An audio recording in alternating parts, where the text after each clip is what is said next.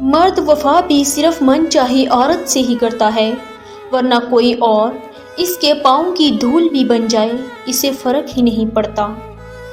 عورت سے تعلیم چھین لی جائے تو جہالت نسلوں میں سفر کرتی ہے، اور اگر تعلیم کے نام پر عورت سے پردہ چھین لیا جائے تو بے حیائی نسلوں میں سفر کرتی ہے۔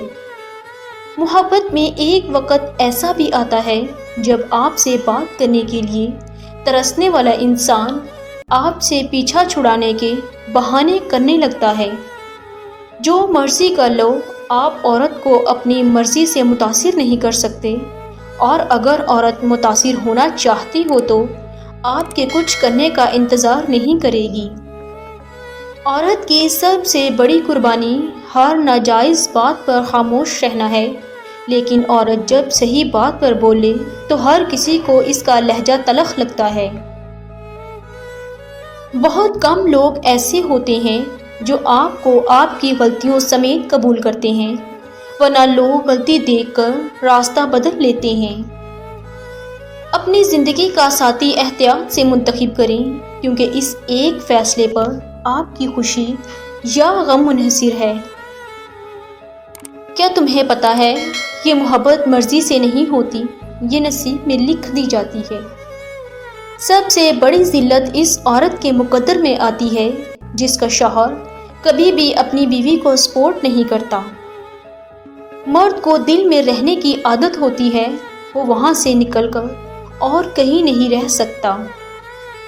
جن کی آنکھیں بات بات پر بھیگ جاتی ہیں وہ کمزور نہیں ہوتے بلکہ دل کے سچے ہوتے ہیں۔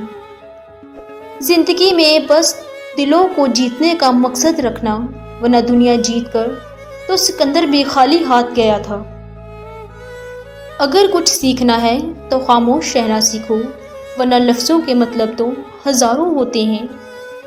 خدا پر یقین رکھنا، کبھی کبھی وہ بھی مل جاتا ہے جس کی آس نہیں ہوتی۔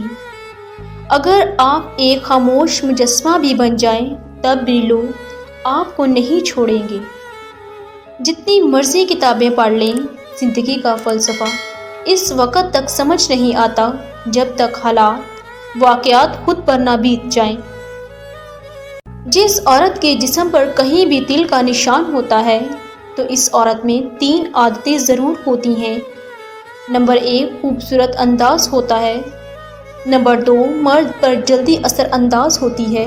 نمبر 3، شوہر سے لڑتی بہت ہے۔ عورت کی 3 حرکات مرد کو بے حد اچھی لگتی ہیں۔ مرد منٹوں میں پگھل جاتا ہے۔